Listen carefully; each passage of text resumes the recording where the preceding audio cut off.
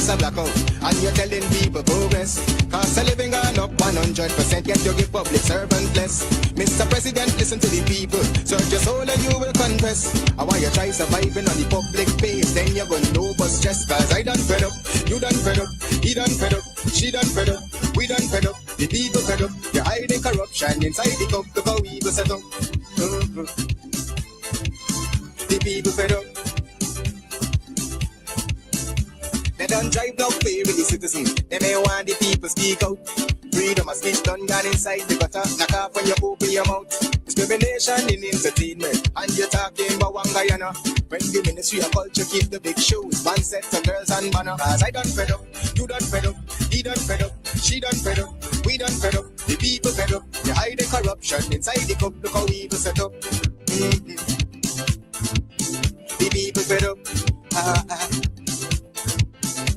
Every picture you take and promise you make, everything you do is about clouds. Then you come into me for I shake your hand, there's nothing to smile about. Corruption inside every sector, but when it comes to them, they send you. Try investigate efficiency, right? But talk to Barrett too, cause I done fed up, you done fed up, he done fed up, she done fed up, we done fed up, the people fed up. You hide the corruption inside the cup, look how evil set up. The people fed up. I done fed up on the dirty water, low pressure, want scream and tell somebody. Imagine 1,500 US, and they're telling me super salary. I done fed up on the unemployment racism and the lie, they say one Guyana. Cause when you look with the oil money going, circulate with one set of banner. Cause I done fed up, you done fed up.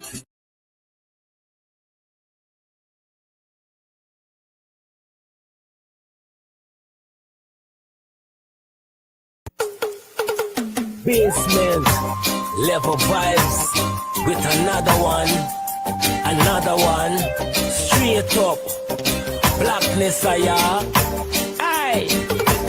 who tell the truth? Mark Benskop, defend the ghetto youth. Mark Benskop, radio station is the fruit. Mark Benskop, straight up from the root. Mark Benskop, who tell the truth?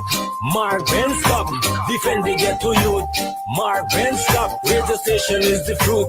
Mark Benskop, straight up from the root. Mark Benskop, I do it for the love, him not do it for no money. Straight up, him attack, educating everybody. Big up my friends and big up my family.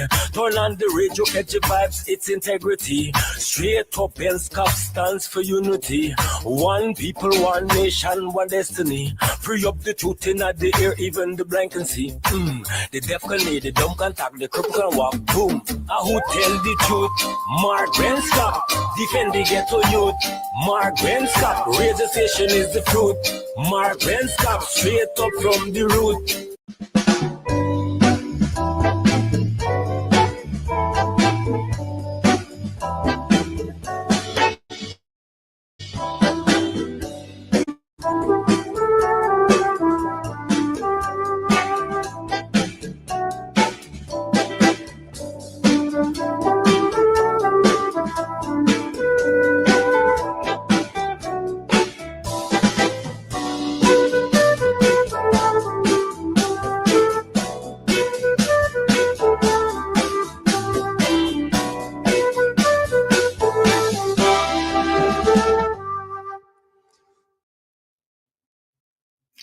All right. Hey, good night. Welcome to Straight Up. My name is Mark Benshop, and we are ready to rock and roll right here on 107.1 FM.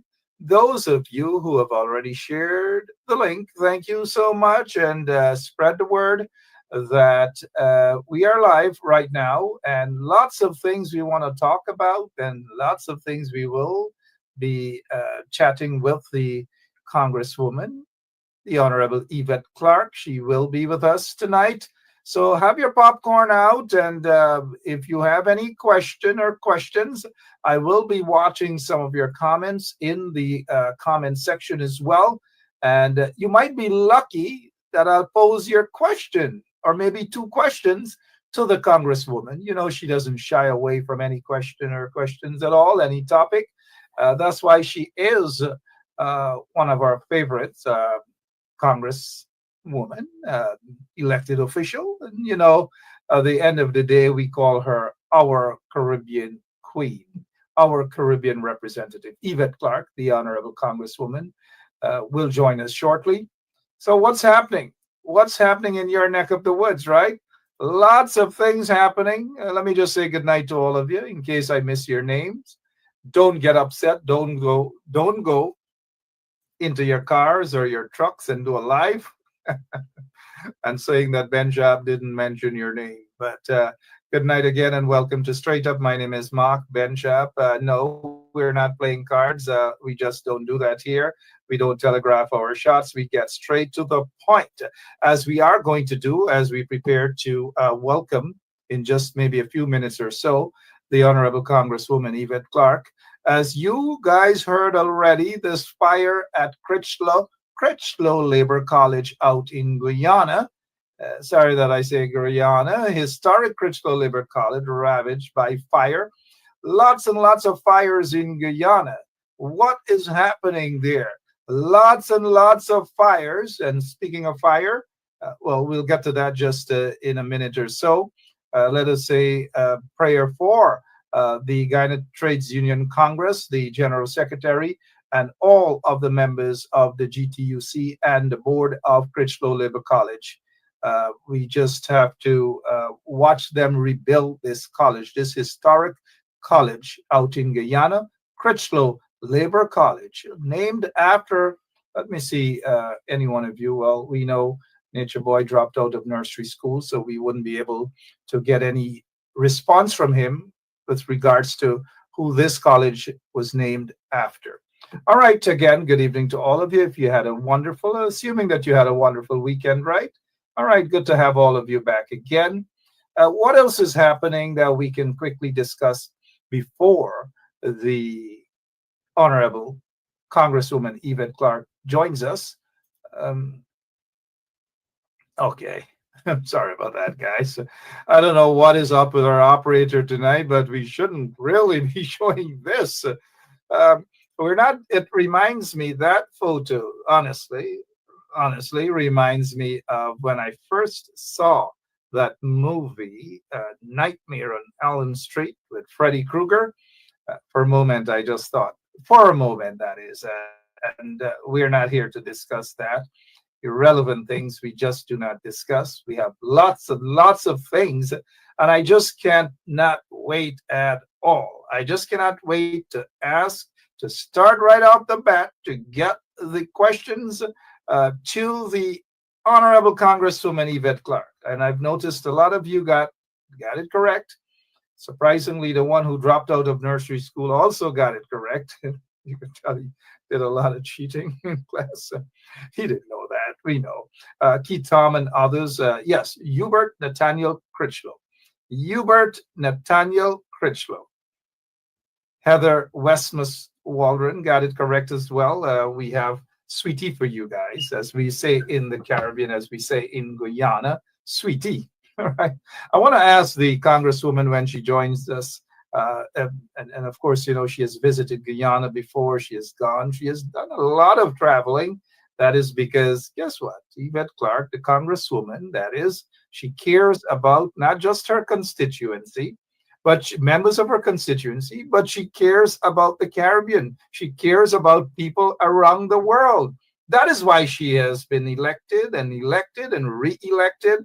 And people just love the sort of representation. And we got to give her kudos. You know, I don't just, as we say in Guyana and other parts of the Caribbean, I don't just pick people up just like that. But I honestly do believe that she should be getting lots and lots of kudos, because she fights for you guys, not just in the district of which she represents, and she has been reelected to do that, but by extension outside of that district. As you know, Congresswoman Yvette Clarke has been elected, chairwoman of the Congressional Black Caucus. And I want to ask her, as soon as she gets here, her operator just signaled to me and say, guess what? The Congresswoman will be on with us in just about 30 seconds or so. 30 seconds. She probably went to the fridge to grab a glass of Mobby. I have to ask her if she knows Mobby. But let's prepare to welcome our own Congresswoman Yvette Clarke right here on 107.9 FM. Good night to you, Honorable Congresswoman. How are you? Good night to you, Mark. It's great to be back with you once again. And of It's course, I know always good what to have. Marby is. Of course, I know what Marby is. I was just about to ask you, when last you had some Mobby? Please tell It's us. been a while. I prefer, ginger beer and sorrel to Marby. That I can't take the bitterness. Ginger beer and Mobby indeed. Yeah. Glad to have you back again with us, and glad that you know Mobby. That you've been having some Mobby. Congresswoman, let's begin right off the bat. I know you have worked tirelessly for many years to ensure that this become a reality. And so President Joe Biden has posthumously pardoned civil rights leader Marcus Garvey, who was convicted of mail fraud over 100 years ago. How important is this, not just to you, but to all of us as Caribbean people and people around the world? Well, I think it was an extraordinary step taken by U.S. president to essentially, declare that so much of what drove the conviction of Marcus Garvey by J. Edgar Hoover was predicated on, a discriminatory witch hunt because of the notoriety and the work that was being done by Marcus Garvey to unite people of African descent across this country and around the world. That recognition in 2024 was a resounding message sent around the world. And it was one step. I firmly believe that the Congress has a responsibility going forward to exonerate Marcus Garvey, who was indeed the victim of J. Edgar Hoover's witch hunt, certainly driven by racism and discrimination that led him to go after Marcus Garvey, to defame him, and ultimately to convict him on bogus charges in order to rid the nation of a movement. What I call the predecessor or the pre-civil rights movement that Marcus Garvey singularly established right here in the United States, but was spreading throughout the Caribbean and around the world with the Universal Negro Improvement Association and, of course, the Black Star Line. So I was really pleased that in his closing days of his administration, President Joe Biden did the right thing. And I know for the immediate family members of Marcus Garvey, this was an act that was long overdue for many years, decades.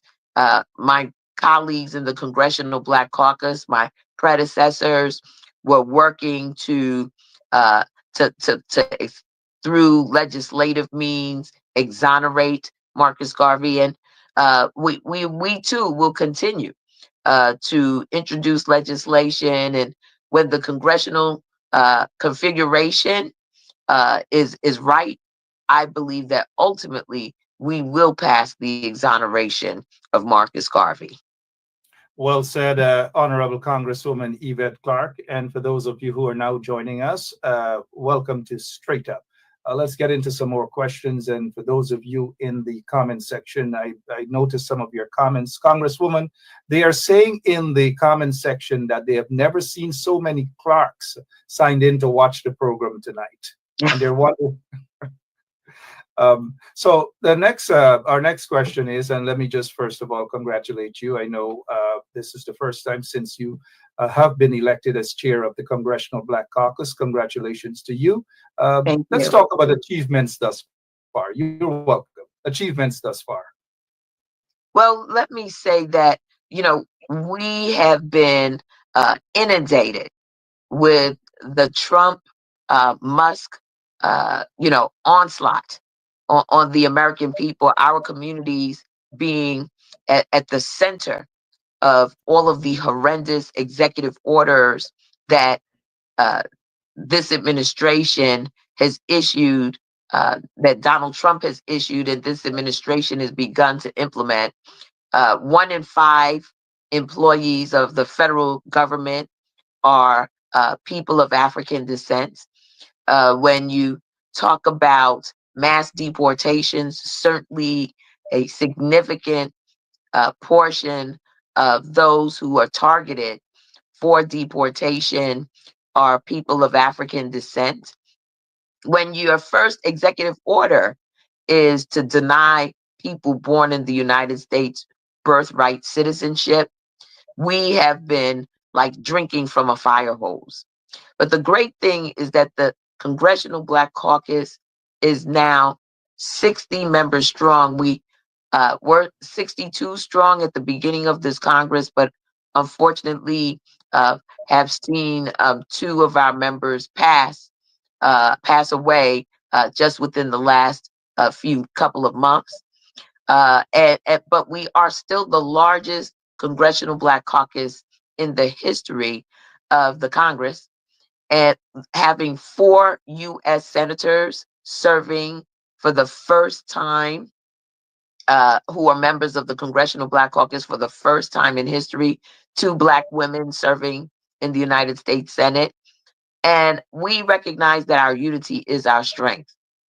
And there have been a number of horrendous pieces of legislation that have moved through the Congress, most notably the recent bill, the recent spending bill, or what we call continuing resolution, that cuts even further into the federal enterprise and provides Elon Musk and Donald Trump the space in the room to continue to deconstruct the federal government, to cut programs and funding resources to our communities. And the Congressional Black Caucus were united and unanimously voted against it. I think that that show of strength and unity in the face of all of this adversity has just been one of our victories.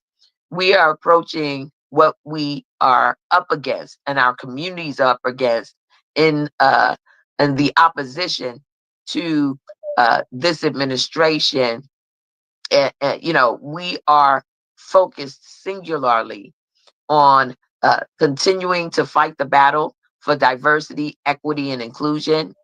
We are committed to, through every means possible, starting with legislative in the Congress, to adjudicative in the courts, and getting into our communities to educate and inform our constituents of the horrors of the implementation of Project 2025, which is what we are seeing going into effect. So a lot of our work is in-house, but it's also getting into our communities, hosting town hall meetings, doing a nationwide bus tour.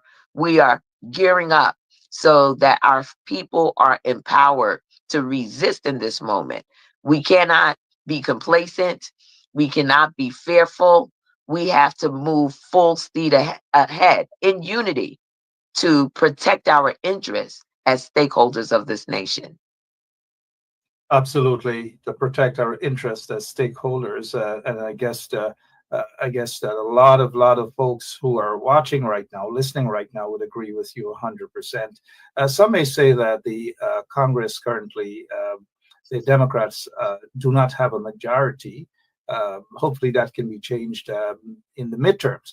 But what are some of the hurdles, if at all, you guys are faced with currently in Congress? Well, I mean, that's just that we aren't in the majority, but the majority is very small in the House of Representatives. In other words, the Republican Party, they only have a 3-vote advantage over the Democrats in the House.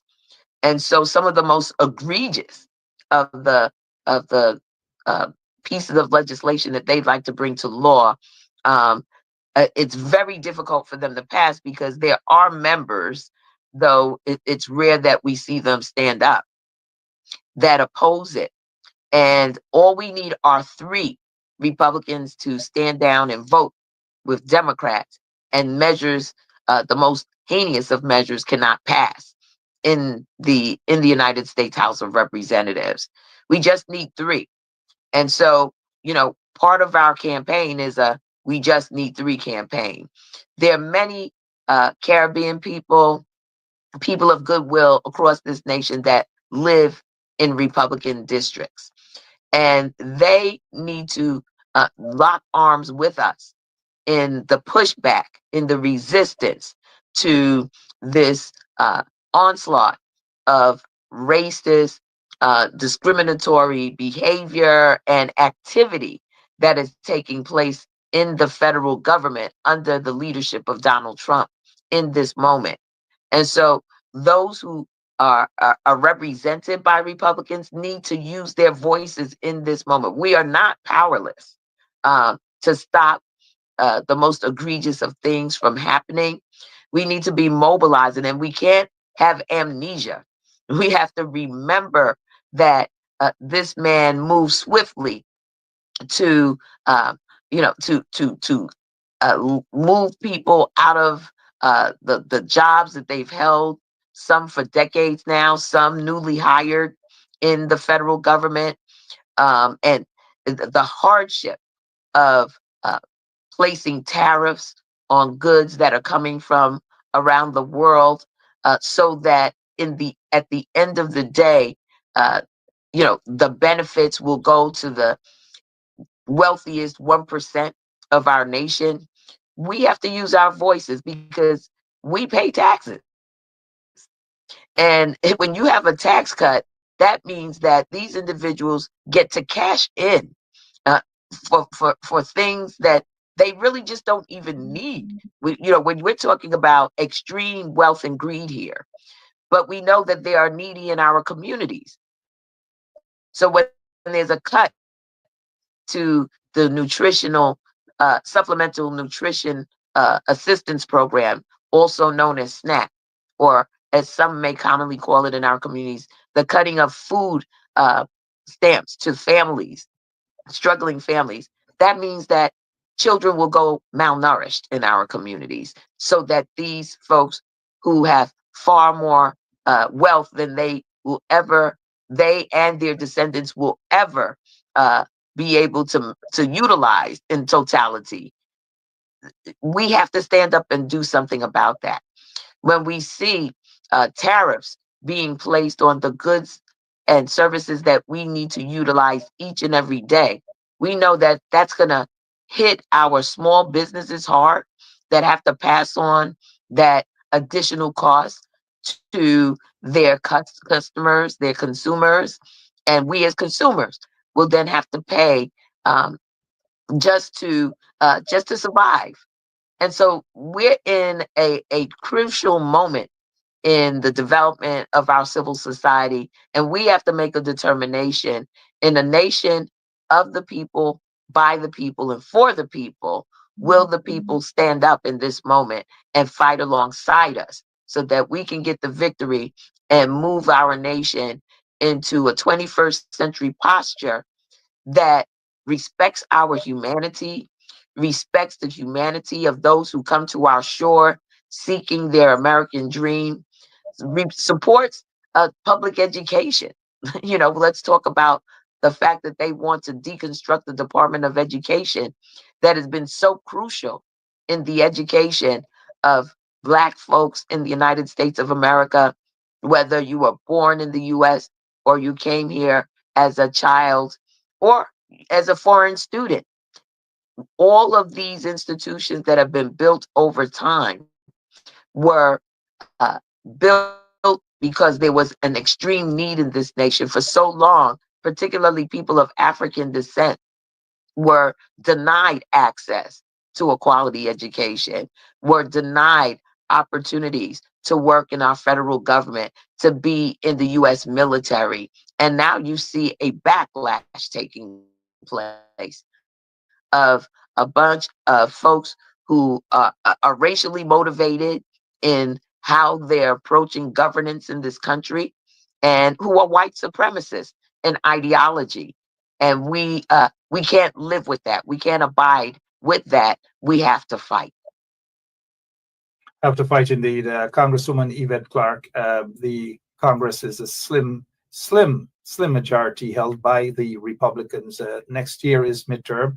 How prepared, and do you guys have a strategy in the Democratic Party to regain control of Congress? And what does it mean by regaining control of Congress to Well, let stop me say, the many abuses under the Trump administration? Sorry, go ahead.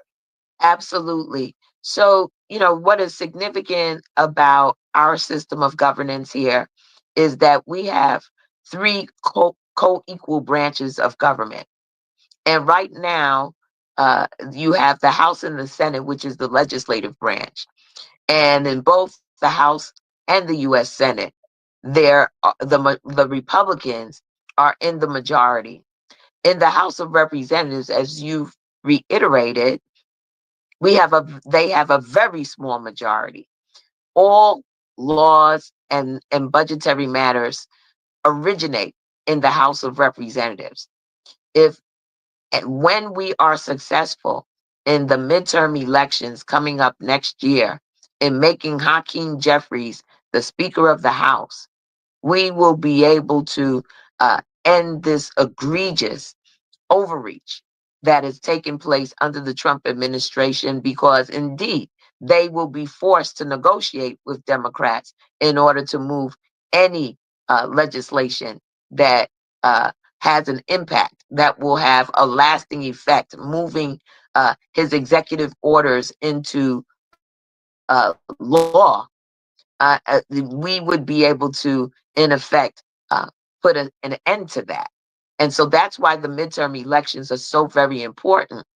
We are focused on a number of things simultaneously. And I want to remind your viewers and your listeners that we're only 60 odd days into this session. Donald Trump was sworn in on January 20th. The congressional members were sworn in on January 3rd. We are just finished with 1/4 of the year, and all of this mayhem has broken out. And so we've got a ways to go in terms of doing the work that we do internally here in Washington, D.C., to stop the most egregious of things from happening, and blocking legislative measures, in signing on to amicus briefs that have been that are currently before the courts. We have over 100 lawsuits challenging the executive orders of Donald Trump in court as we speak. And then we have to also make sure that we are speaking to the people of our communities, making sure that they're not consuming propaganda and voting or not voting at all, which is against their interest. We have to demonstrate to our people. We have to make it plain once again why their power is in their vote, and that they not voting means that you're essentially giving your adversary the power to rule you, or voting for them is cutting off your nose to spite your face. With regards to regaining control of Congress by the midterm next year, people are wondering what will happen in the interim, because we see a blatant attempt to disregard or not to have any respect for checks and balances. Judges are being attacked. Human rights activists are being attacked. Politicians, Democratic politicians, are being attacked. And all manner of things by even billionaires or trillionaires who threaten to go after politicians. How dangerous, Congresswoman? How dangerous is that for democracy and for the respect of people's constitutional rights? Yeah, these are very perilous times. They're unprecedented. We've never, ever seen anyone, that blatantly disregards the rule of law like Donald Trump has. And so, we have to get into the streets. We have to disrupt what is taking place peacefully and non-violently in the spirit of what Dr. King and the civil rights movement has taught us, so that we can come through with the victory in the next 16 months. I want to encourage your viewers, those who are listening to your program, to organize within their own communities. We have to make sure that we are distilling the truth of the matter to our folks. We cannot allow the narratives that were, put out through propaganda, positions on social media, in various uh, other mediums, to prevail in terms of what is factually the truth about what the Donald Trump administration is all about. They really made it plain to us, and I don't understand why uh, you know folks did not take him at his word. He said he was going to be the retribution. He said that he was going to do mass deportation. He denied that Project 2025 was something that he was aware of. But everyone that he has put into his administration, many of the individuals in his administration are either authors of significant portions of the white supremacist manifesto known as Project 2025, or they're in the process of trying to implement that right now. And what stands between full implementation of Project 2025 is the ability to litigate right from wrong in our courts, our ability to not participate in advancing this legislation on the floor of the House.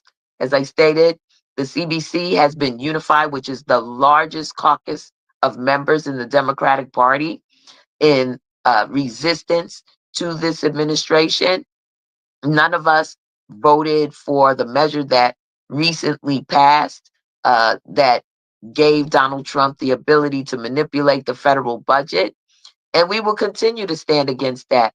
And I believe it's important that our people get factual information. And when you hear something out there, that you do your own fact checking, that you make sure that you are not part of purveying propaganda that essentially is meant to harm and destroy communities like the one that I represent in Central Brooklyn, the Ninth Congressional District. Speaking of your district, your constituents, what are some of the concerns? Because I've been hearing that a lot of people are worried, especially those, some of whom are undocumented. They may have petitions in, but folks are being rounded up even without due process. How concerned are members within your district about this situation, and what is it that your office can do to assist them or have been doing? Go ahead. Our folks are extremely concerned, and they ought to be. This is a perilous time for immigrants, period, full stop. You don't have to be undocumented to be targeted by this administration. We're seeing permanent residents being picked up for small infractions that may have taken place, or no infraction whatsoever. They're not afforded the same constitutional rights that citizens have in the United States of America. So even speaking out in protest can put a target on your back. We are in perilous times, and I'm not sugarcoating it for anyone. We have been advising folks to know their rights, so that if they're approached by ICE, they know how to conduct themselves, what they are required to do or not required to do in interacting or interfacing or not interacting at all with agents that may show up in any given space at any given time. It doesn't have to be your home. It could be your office. It could be your religious institution. It could be a healthcare facility. We are in perilous times. And so we are trying to make sure that we are spreading the rights that people have, irrespective of status, to be defiant in this moment and not, uh, um, go along to get along, because that could mean that our folks disappeared into deportation holding facilities in the United States and across the United States of America. There's an industry that has popped up. There was always the private prison industry, and now there are more and more facilities that are being contracted out to hold individuals until they are able to be deported.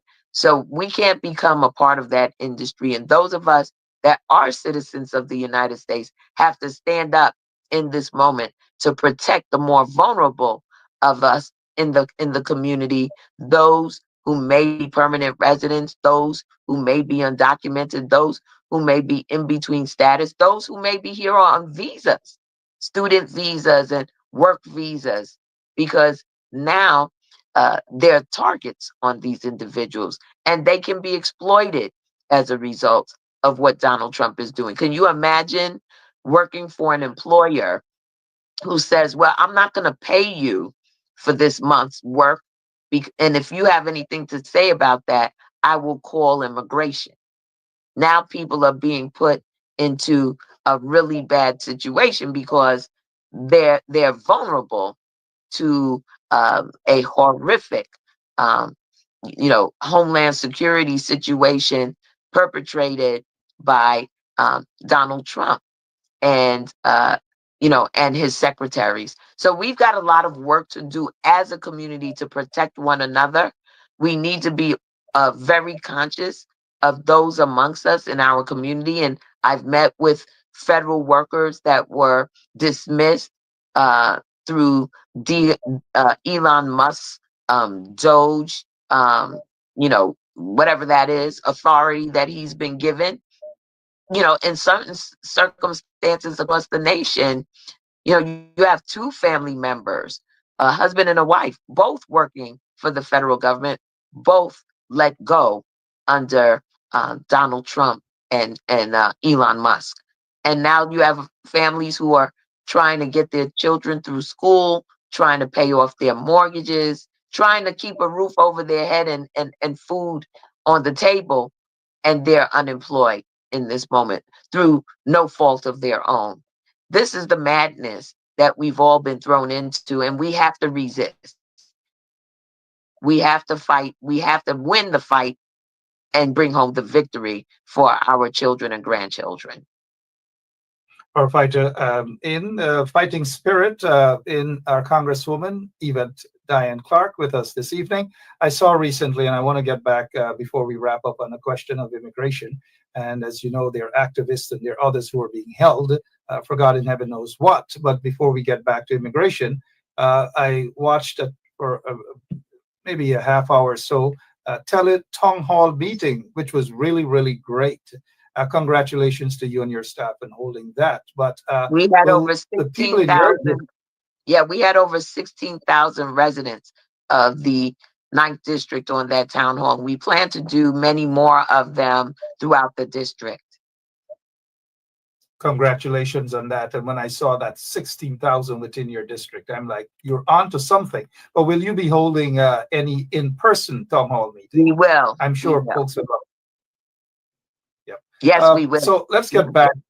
Sorry, thank you. Thank you. And we're glad. And whenever you do, we will carry it right here on 107.1 FM. Congresswoman, I know you've had a busy day, but I want to get back to immigration again. Representative Omar, and of course yourself, sung the alarm on injustice faced by Black immigrants.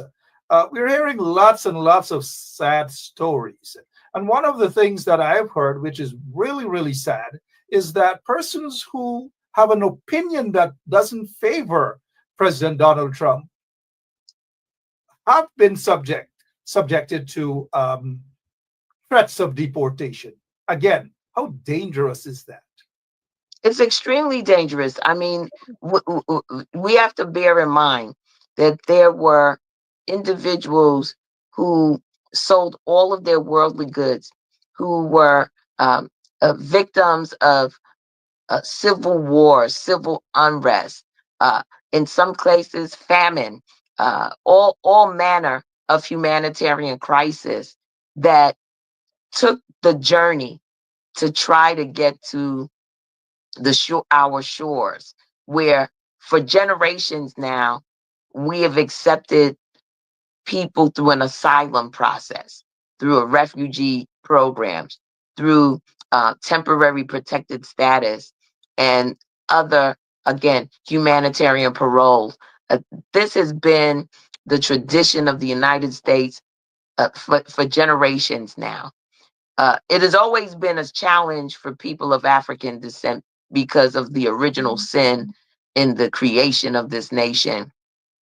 But over the past few decades, I would say since the passing of the Civil Rights Act, more and more Black immigrants have been granted the ability to come to the United States, to adjust their status, to become residents and then citizens of the United States. With this administration, they have made it clear that first of all, your skin color will determine the way that you are treated in society under their administration. And this particular administration has a whole host of individuals who uh, espouse white supremacist ideology. You know, they've gone after college campuses, they've gone to the courts over what they call reverse racism. They've created all manner of obstacle to the advancement of people of African descent. And so it does not surprise me that that would also be transferred into the realm of immigration, because our skin color has always been a declarative statement of who we are in this country. And so if you've come to the United States from Haiti, if you've come to the United States from Senegal, if you've come to the United States from Guyana, if you've come to the United States from Jamaica, if you've come to the United States from Panama, if you've come to the United States from Costa Rica or Guatemala, and you are of African descent, you will be targeted, notwithstanding the law abiding nature, the contributions that you've made, because racism is a major driver of what we are experiencing right now. Thank you so much, Congresswoman. And for those of you who have just joined us, I've noticed some of you don't want us to go, and I've noticed I've been reading a lot of your comments indeed. But the Congresswoman has had a very busy schedule, but you know, she doesn't shy away from giving us an extra few minutes or so. And so thank you so much, Congresswoman. It leads me now to Birthright.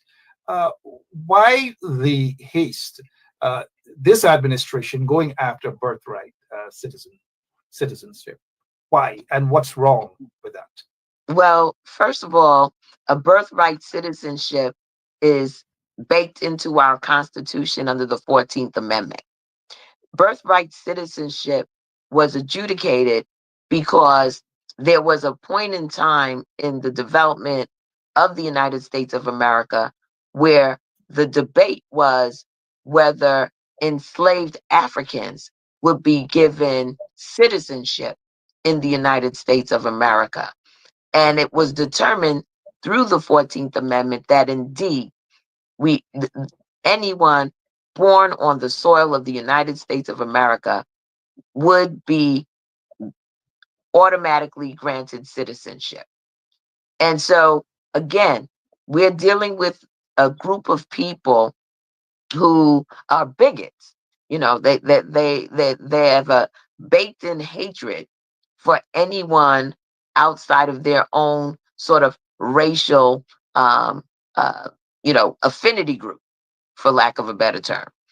And we are all now seeing how this can play out, when you get the wrong person in office, and that person has the ideology to dismantle all of the progress that has been made in you know living out to the creed of this nation, which is basically one nation under God, out of many, out of many one. And diversity has always been our strength. It wasn't acknowledged because there was an exploitive, abusive, barbaric relationship between those who kidnapped Africans to work um, uh, for them, without any compensation, for generations, for centuries in the United States of America. And, there are those who had continued to carry the belief that if you're of African descent, that you can't possibly be American. And so that's what we're dealing with right now. And we got to fight back. We are just as American as anyone else.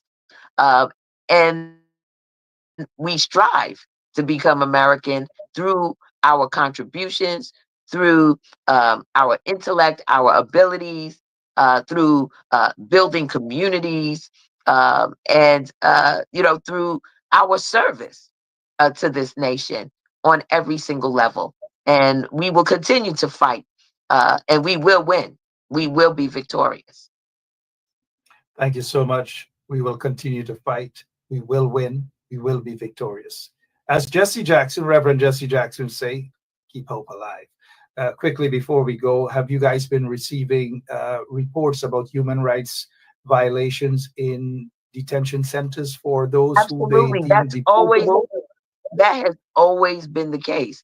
We have violations in our prisons right now. The New York State prison system was recently upended. So I don't expect that behind closed doors, individuals who they have not even been keeping track of. And if people can remember when Donald Trump was in office the first time, and there was a migrant surge coming through Central and South America across the southern border, how they stripped people of their children, put the children in cages, had them sleeping on the ground, the most inhumane treatment of human beings that we've ever witnessed. And I just could not imagine that, having witnessed that, which was painful. It was painful to see human beings being treated that way, that people would still go back out to vote for this man. It was so disturbing. And so I can imagine what is taking place right now. First of all, when you defy a court decree to bring planes back to the United States, and when you deport individuals from from one nation to a nation that they don't even reside, that they're not even nationals of. I mean, there are all manners of lawlessness taking place right now in the Trump administration. We have got to make sure that we are clear-eyed and focused on getting this administration out of office and stopping, using every measure we can right now to stop the Congress, who in many respects, particularly the Republican Party, have given their power over to the executive branch. Democrats are the loyal opposition right now. That at the end of the day, we have almost collapsed into um, uh, uh, a parliamentary system of governance, because the Republican Party has acquiesced its power over to Donald Trump. Well, as my mother would say, nut na gosa, we are in this battle till we win. That's correct. Nagosa, I could just imagine your mom saying that. Give her my regards as well. But before we go, though, I suppose that there's a member within your constituency who have had numerous complaints against um, alleged attacks, political attacks by the government of Guyana. Currently, Miss Atwell is being um,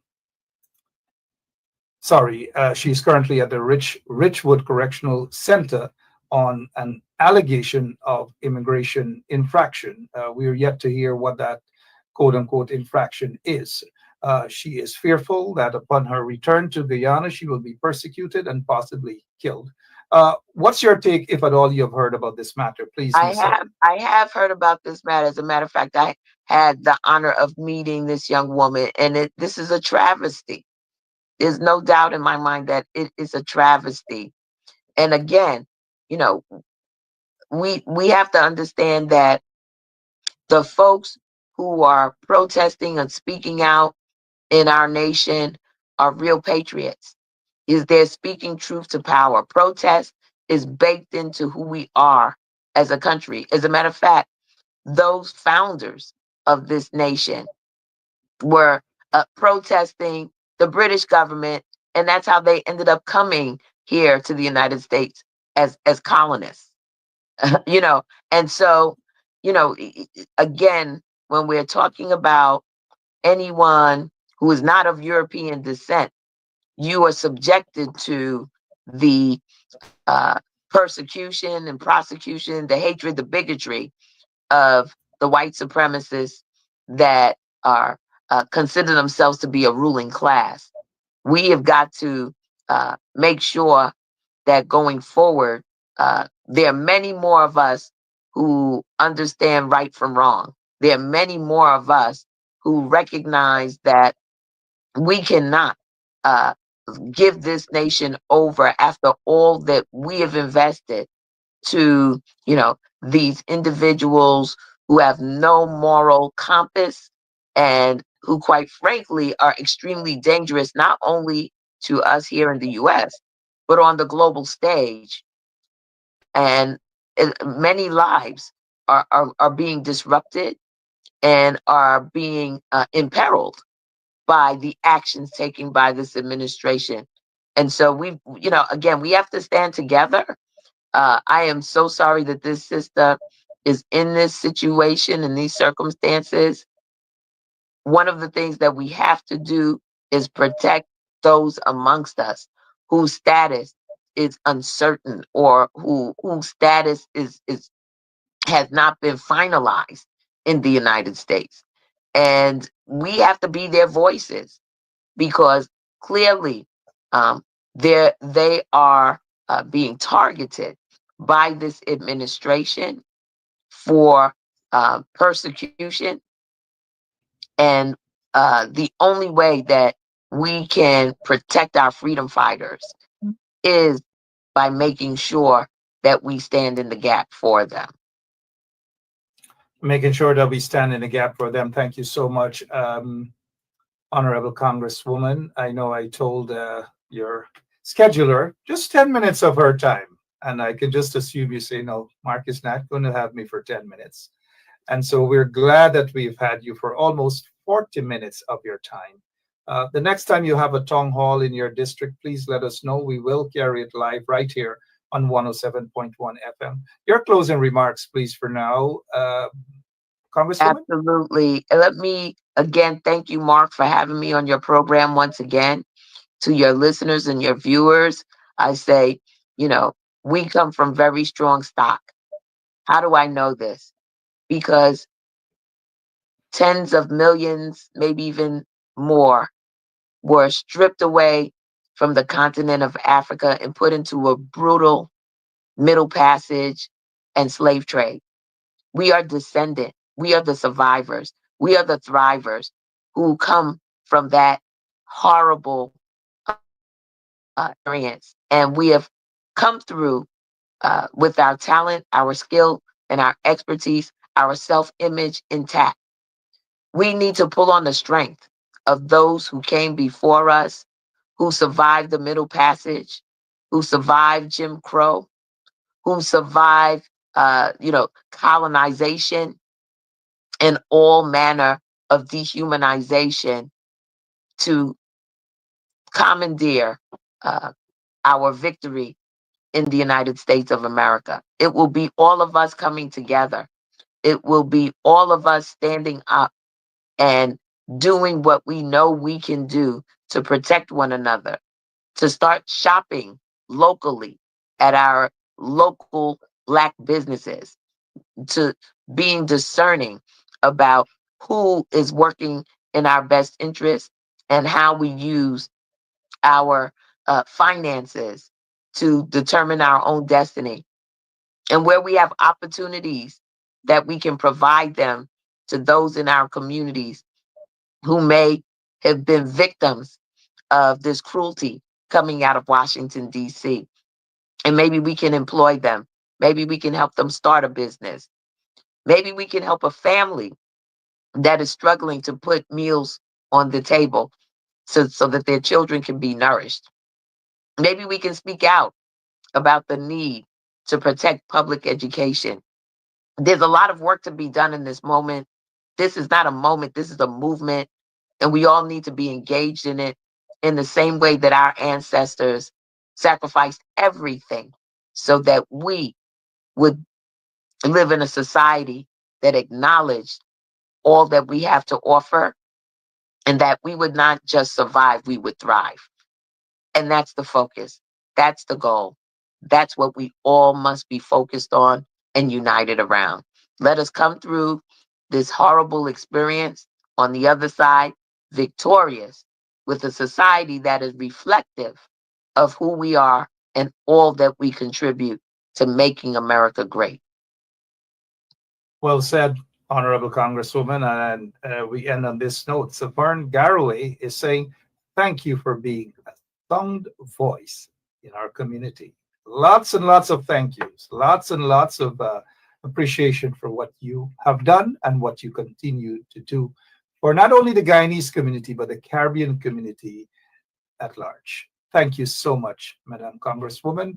I noticed a comment also saying thank you for standing up also and having a voice, expressing your views on the Melly Mel situation as well. Because I was at that meeting when she met with you and voiced her concern about a lot of problems and persecution meted out to her, especially back in Guyana by those folks. Thank you so much for all that you do, Congresswoman. And these are just some of the comments out there. But do not be a stranger. We are going to be tracking you down on those town hall meetings, those large crowds that you've been getting, 16,000+. Wow.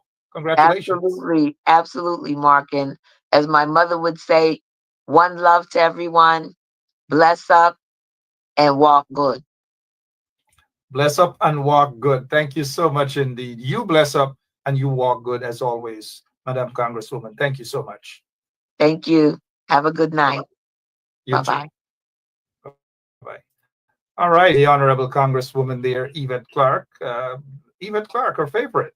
Well, one of just a few that we have, our favorites, representing Caribbean interest and by extension, American interest and people's interest. And we've got to love and appreciate her, a fighting spirit she has. And for those of you who are in her district, whenever there's a town hall meeting again, whether it's virtual or in person, we will carry it right here on 107.1 FM. And you should attend those meetings as well. Any problems you have within your district, her district, that is, if you are in her district, contact her office and talk to her folks and see what best can come out of that situation.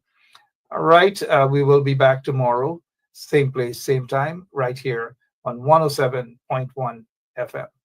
I'm out of here, and continue to pray for those who are being persecuted, continue to pray for those who are incarcerated unjustly, and continue to pray for Melly Mel and others. And for those of you who are celebrating your birthday today, you know we always wish you all the best. Crummy Wing and others, we wish you all the best. God bless all of you. Until tomorrow, same place, same time. Let's continue to keep hope alive. Again, let's continue to keep hope alive. God bless you all. So long. Yeah, my name is Jasmine Kaldata Zansiti Vietnam, and since 1965 I become a voter, and I always place my ex next to the cup, and what they are doing today, I can't take it. So I have no more vote to give to PPP anymore. I'm not going to vote anymore no more. If they have to lose by one vote, they're losing it by data. I have none.